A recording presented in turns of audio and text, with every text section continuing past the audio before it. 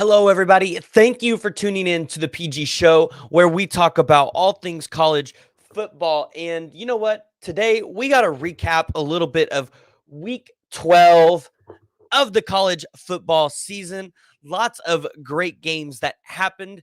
Oklahoma beat OSU in Bedlam, and we're going to recap it. But before we do that, please go ahead, hit that like and the subscribe button. Let me know what you guys are thinking down in the comments below as we head into week 13, rivalry weekend with the game. What was some of your favorite games that were in action on week 12? What are you looking forward to going into week 13? All right. So I think the most appropriate way to start off today is talking about Ohio State versus Maryland.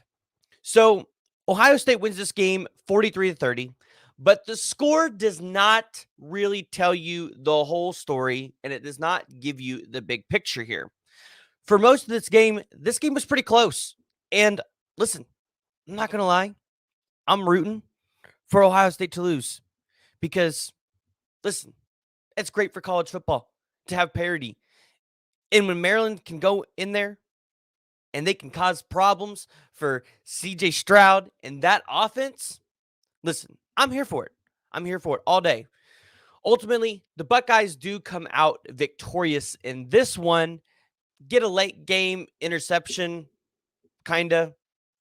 They were going in for the sack on Tungo Vailoa, and they just got it batted into a hand and into the end zone. So the score shows 43-30, but again, that score does not really tell you just how close that game was, as Ohio State was late game in jeopardy of losing this one.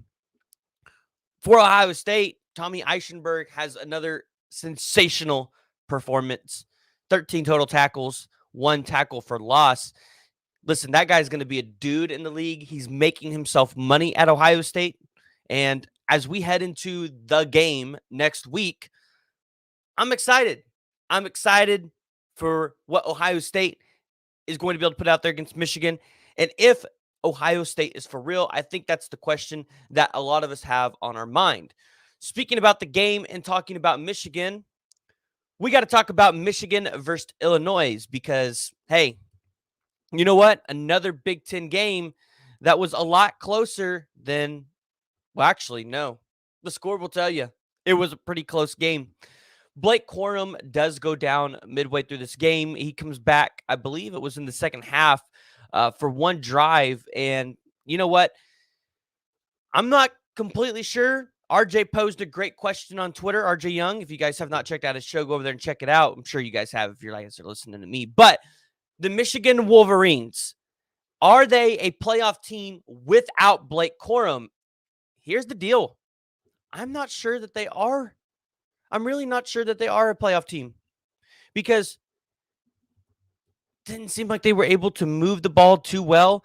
JJ McCarthy, listen, he's doing his thing out there, but yeah, it's gonna be pretty interesting to see what Michigan's going to be able to put out there as a product against Ohio State, assuming Blake Corum can't play. Listen, here's the deal. Michigan, you're fun. Michigan has been fun to watch. But when you go out there and you only win this game 19-17 without Blake Corum in the second half, you really have to start asking the questions if you're going to be able to go in there and hold your own against Ohio State. I'm sure Michigan fans, they'll tell you they're okay.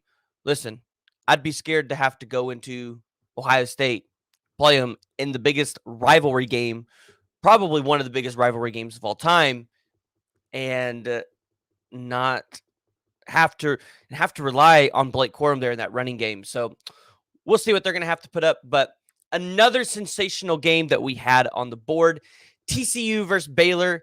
Listen, they won it on a walk-off field goal, and Sonny Dykes will tell you they practice that formation every Thursday. What?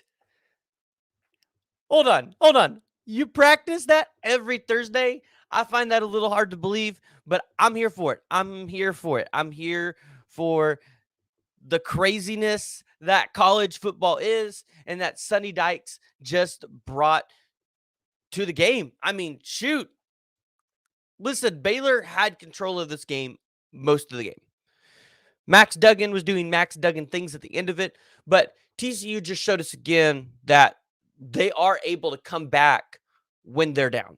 And I think that's important because in the playoffs, you're more than likely going to have a chance to be down in that game, unless you're potentially in Ohio State or Georgia, even though Ohio State still might have a chance to be down in any of these games. Listen, we're heading on for a collision course where we can see two Rileys coaching against each other in the college football playoffs. And I know a lot of you guys that listen to my channel, you're OU fans. So you don't want to hear it. But here's the deal. Whoever the Riley is, Garrett Riley out at TCU and Lincoln Riley at USC, I'm here for it. I'm here to watch both of those two end up in the college football playoffs. And I'm here to watch Garrett Riley beat Lincoln Riley in the college football playoffs. Come on. I know we don't want to see Lincoln make it there, but how great is it going to be to watch his brother get to a national championship before he does? And I think we're trending that direction. TCU is 2 games away from being 13-0 and looking into the college football playoffs. 2 games away. Who would have ever thought at the beginning of the season that we would be sitting here today saying that TCU is the best team in the Big 12 and they're 2 games away from playing a semifinal game in the college football playoffs? I ran a poll on Twitter the other day asking about who has been the most impressive team to you in terms of college football this season. I posed the question, and I said Kansas, said Vanderbilt, Tennessee, or TCU. And a lot of you guys elected to say it was TCU. I think it was like 60-some% of you guys said it was TCU.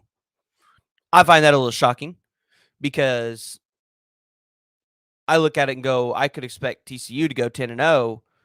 I did not expect Kansas to be 6 and I think what are they now? 5, 6-5 at this point in the season. Listen, props and hats off to TCU and Sonny Dykes and what they're able to do. Sonny Dykes inherited a good team from Gary Patterson. The legacy that Gary Patterson left at TCU clearly shows in what they're able to do this season. He inherited a good team. He's obviously got leftovers on that defense. And it clearly shows as they're continuing to run the conference and they have a shot to make it to the college football playoffs. Listen, I know you all are talking about the Oklahoma recruiting. Listen, we might or might not get to that in the show. You guys will just have to talk about it. Maybe I'll drop you guys a little thing here and there. But it was a really good night for Oklahoma in terms of the recruiting trail.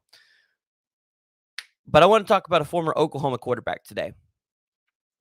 And I have his jersey up behind me. And I've thought multiple times about taking it down and putting a different jersey up back there. And maybe when Jackson Arnold comes, maybe that happens. When I can get a Jackson Arnold jersey, right? Here's the deal. I don't think Spencer's that bad of a quarterback. I think he was inhibited by the system here at Oklahoma. I don't think Lincoln Riley used him properly. And this last year in 2021, he just did not have the offensive line to protect him. We know that Spencer Rattler is not a Kyler Murray, a Jalen Hurts, or shoot, even a Caleb Williams. He needs a little bit better of an offensive line to protect him so that he can sit back in the pocket, walk through all of his progressions, and throw the ball. He went 30 of 37 yesterday, which, hey, props to you, man, only missing 7 passes on 37 attempts. 438 yards, 6 touchdowns, a donut for an interception.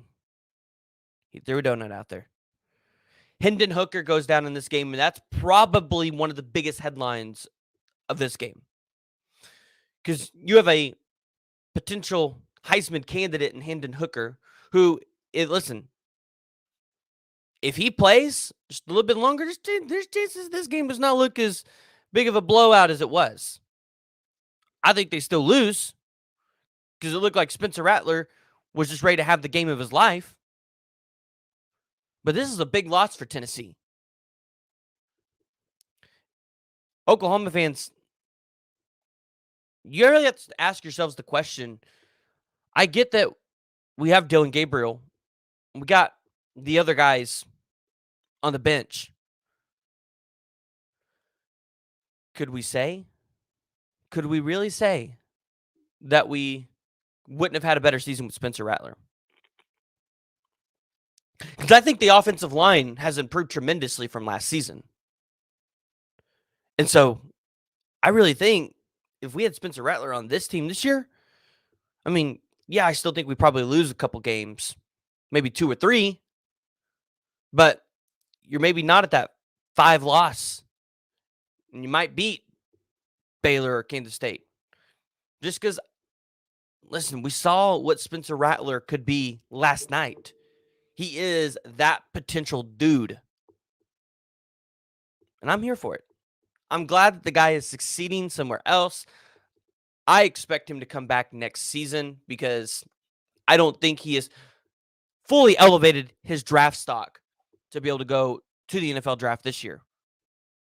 Come back for a COVID year, lead South Carolina to another 8-win season. I say 8-win season because that's about what I predicted them to win this year. And they still have one more game, and it's Clemson, and I think they have a good shot in that game. That's next week, so we will talk about that game at a later date. I'm dreading having to talk about this game here. USC versus UCLA. Man, what I listen, I don't know if anybody else stayed up to watch this game, button right up against Oregon and Utah. Lincoln Riley just continues to find a way to win. This is exactly what he did at Oklahoma. And I know USC fans are excited about it because they haven't seen a season like this in a while. But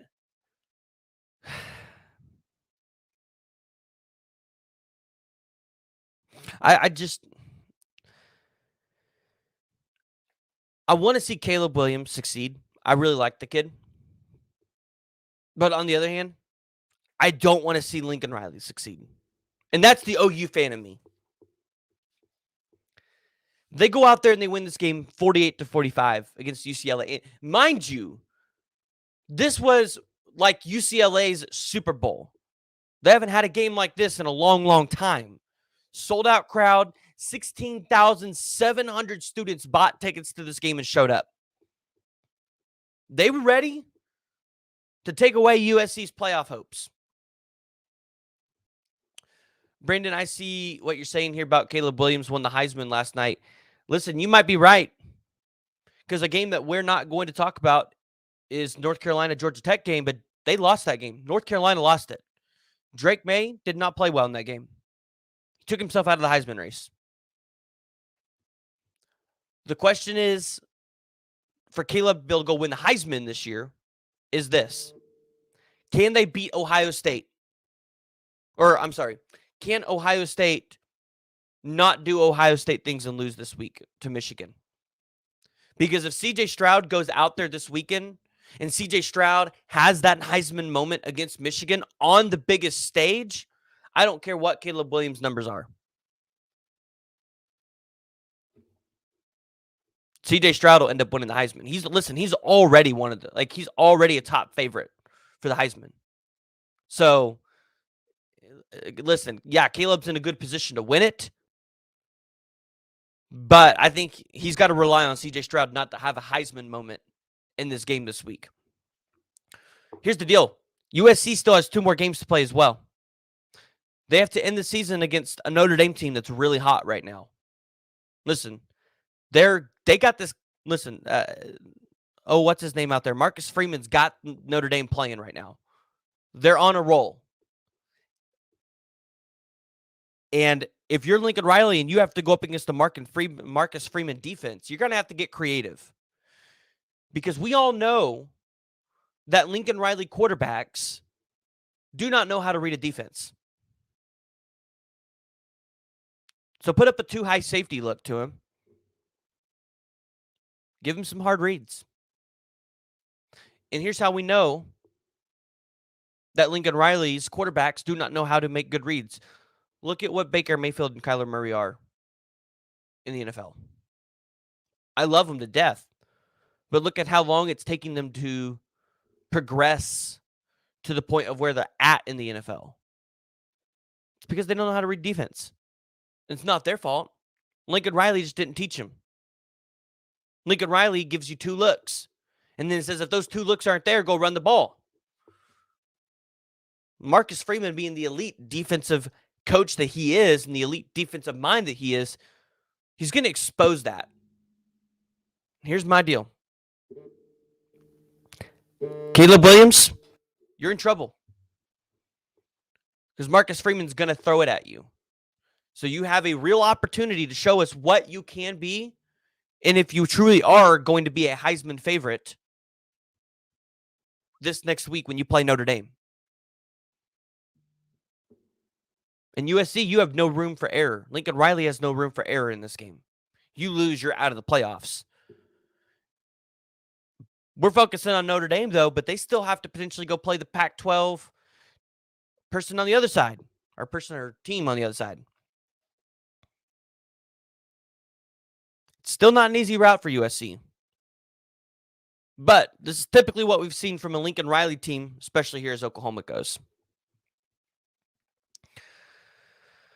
Okay, let's talk a little bit about Bedlam. I made a quick video about it last night when I got home. I've had some time to think about it. If you're an Oklahoma State fan, if I have any Oklahoma State fans in here, I want to hear from you guys. How do you guys feel about Mike Gundy in this game? And this isn't a throw a shot or anything at you. I'm truly interested, and I truly want to know. Because you see Mike Gundy almost isolate himself from the team in these games. He did it last year, too. This isn't just a this year thing when he lost. He did this last year when they were winning. When Oklahoma was driving down the field with Caleb Williams at the end of the game, he was standing on the opposite side of the field of his team watching. What is it about this game that affects Mike Gundy to the point of he's not that elite coach that we see throughout a season? And yes, I said it. I think Mike Gundy is an elite coach. I think anybody would take Mike Gundy as their head coach if they were needing a head coach.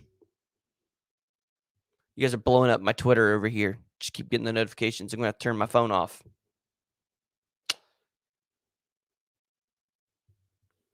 Okay, we got that turned off. Now I won't be distracted by that. But seriously, there's got to be a mental block. We've talked about the mental block over the past couple weeks that I was talking about with the Oklahoma defense and 4th downs. There's a mental block here for Mike Gundy in this game. Hence, they should have won this game last year, which they did. But they almost lost it. And then this year, you come out and you get down 28-0. And quite honestly, there was really no hope for you there.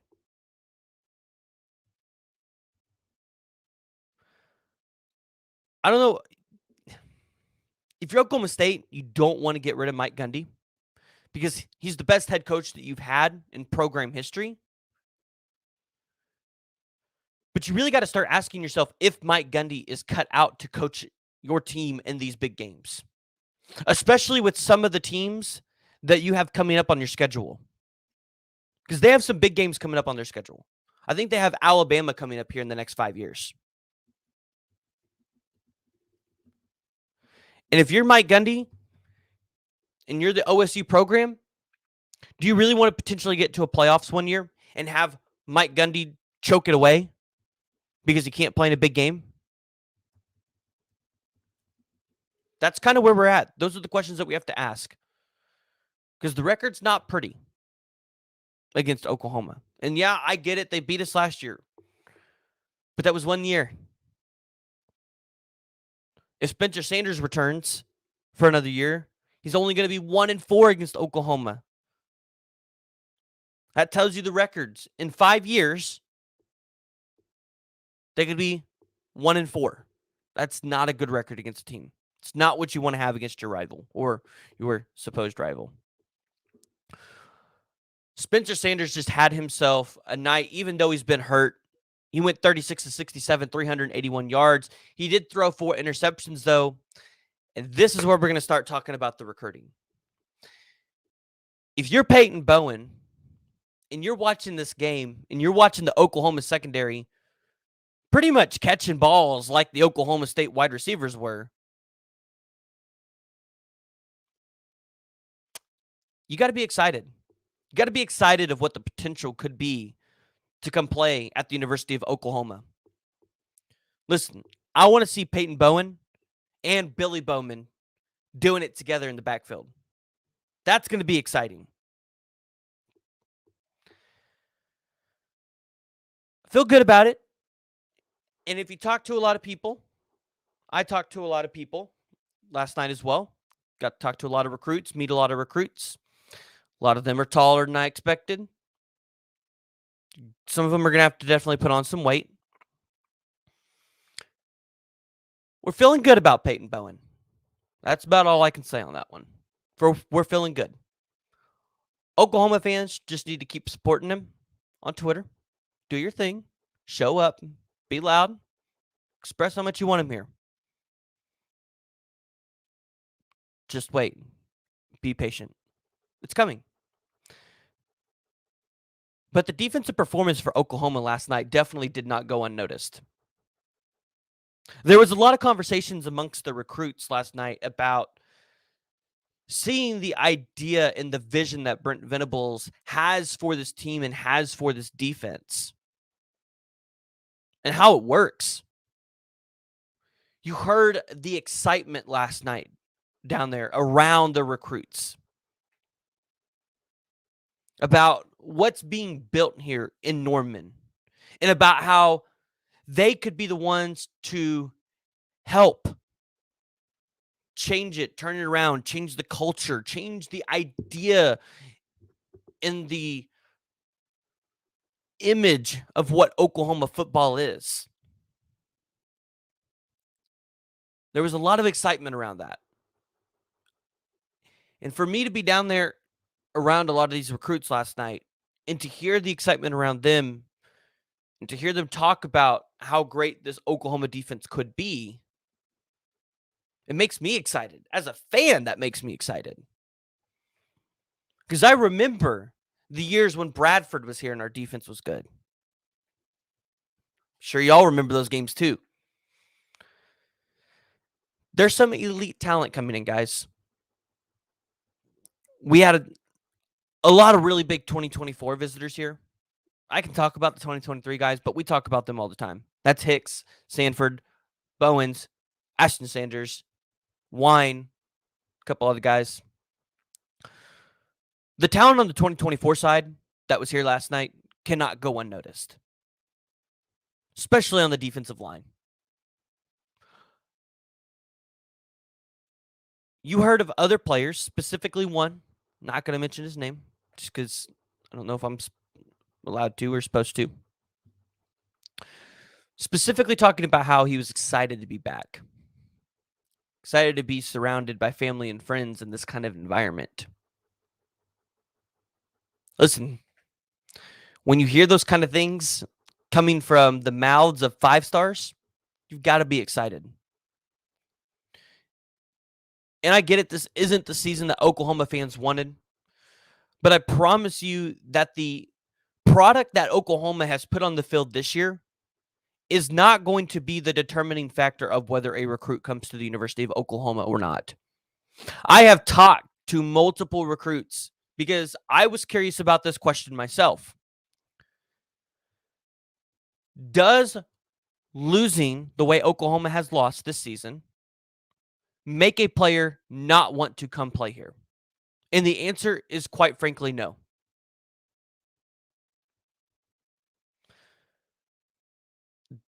They said when you look at a place like Texas A&M in Oklahoma. A&M has had 5 years with Jimbo Fisher. And you see the product they're putting out. That makes them not want to go play there. When they see the product at Oklahoma or a Notre Dame or any of these schools with the first-year head coach, and they're losing, it's kind of hard for them to judge that product and say, I don't want to go play there. Because that head coach has barely been there long enough to be able to get one whole cycle in of players. And so they look at it as an opportunity to come in and start, even over tenured guys that have been in the program. Because they know that that head coach has got to get his guys in there to run what he wants to run, to put out and execute his vision. Listen, we're going to be fine. Even if we go lose to Texas Tech and we lose a bowl game, it's going to be fine. Because you hear about what the recruits say in terms of the vision and what they see and what they've been told, how they're told they're going to be utilized in this defense and in this offense. And you know it's going to be fine. They've got to get the right personnel in here. Remember, yes, Venables came in. He saved the class, gave us a top 10 class, had a really good transfer portal class. He wasn't able just to get only the guys that could be able to run his system, right? He wasn't able just to get that kind of personnel. He had to pretty much grab whoever he could get. He got a hodgepodge of players, and he's having to put them together and try to run what he wants to run with guys that maybe aren't able to run it. Over the next couple of years, you're going to see a lot of fine-tuning around the team. A lot more selections around who's going to be taken out of the portal. That means you might see a Gabriel Brownlow Dindy hit the portal, and OU might not take him because he might not fit what we need from a personnel perspective to be able to run what Venables wants to run.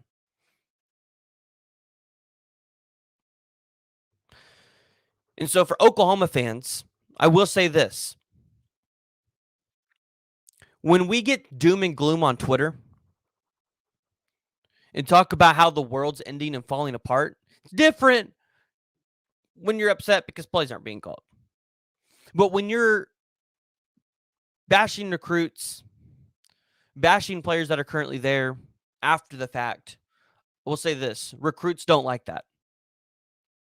And they don't want to come play at a university where they could potentially be on the other end of that. Remember, these are just 18, 19-year-old kids. And they're trying to make the best choice and the best decision for themselves and their families. Now, sometimes they realize they didn't make the right choice and they've got to enter the portal and try to correct that. And that's okay. I got to leave it here.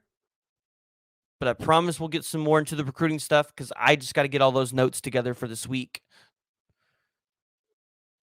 Oklahoma had a really good night in terms of recruiting last night. I will say multiple 5-star defensive linemen, borderline 5-star defensive linemen, I feel like are in a trending direction. And if Oklahoma's not leading those recruitments, they're pretty dang close.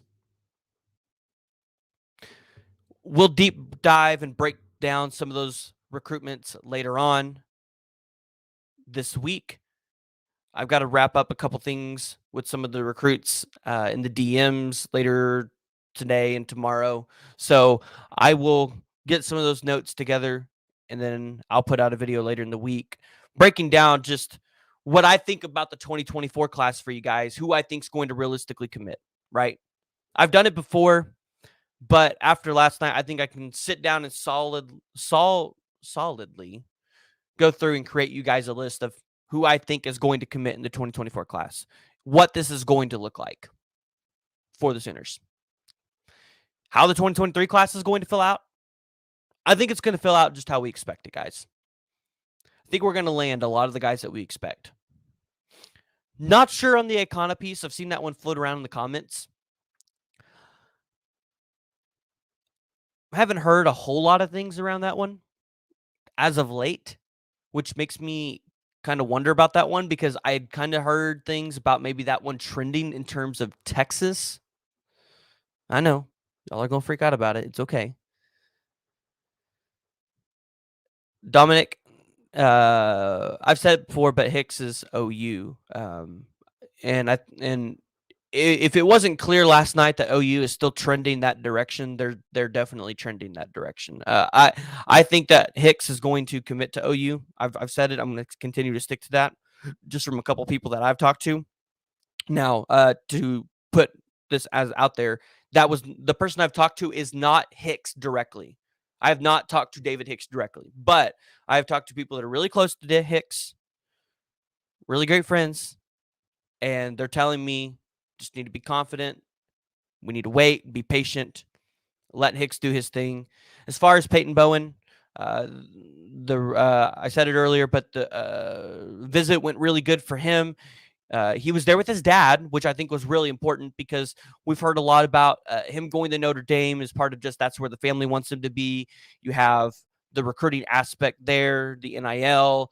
Listen, there is no doubt in my mind that this Crimson and Cream collective that they have started out trying to get the 3 million or whatever it is in funds came at the time that it came. No doubt in my mind. As far as we're asking about Taylor Wine and Ashton Sanders, I would expect to hear a commitment from them, whether it's Oklahoma or not, in the next couple weeks. In the next couple weeks. So, and as far as Damian Sanford goes, I didn't get a chance to talk to Sanford last night. I didn't get a chance to meet him, but I would assume if Hicks is coming to the University of Oklahoma, Sanford's coming as well. Hicks and Sanford are a true package deal. One of the few package deals that I think is actually like a package deal because I know people say they're a package deal, but kind of like what the Jackson Dart and Michael Trigg situation was last night. So if you get Hicks, you're probably landing Sanford and vice versa. So here's what we got lined out for you guys this week. Tomorrow, we had to push the Bedlam recap with Caden Green, Heath, Ozeda, and Logan Howland. We had to push that to tomorrow. So keep an eye out for that. I think we're aiming for an 8 o'clock stream on that one. And then later this week, you guys will see a 2024 recruiting video coming out about some of the guys that I was able to meet last night and kind of who I think is going to commit and everything. I know it's kind of early, but we are trending that direction for 2024 to really start ramping up, especially after early National Signing Day. We have one game left for the Sooners in terms of Texas Tech and Lubbock. I am not going to go. I decided I wasn't going to go this week. Got some other plans going on. So, yeah, listen, you guys enjoy the holidays. Thanksgiving's here. Black Friday's coming. If you guys haven't already, please go ahead, hit that like button. It really helps potentially get me out there to new OU fans, new college football fans that don't know I'm out there. So go ahead, hit that like button, hit the subscribe button. It really helps me out. We're trying to get to 1,000 subscribers by the end of January. So hopefully we can get there. If there's a specific topic or something specific you guys want me to cover, drop it in the comments. Let me know. And I will put that on my docket for later in the week. But until tomorrow, we'll see you guys then. Boomer.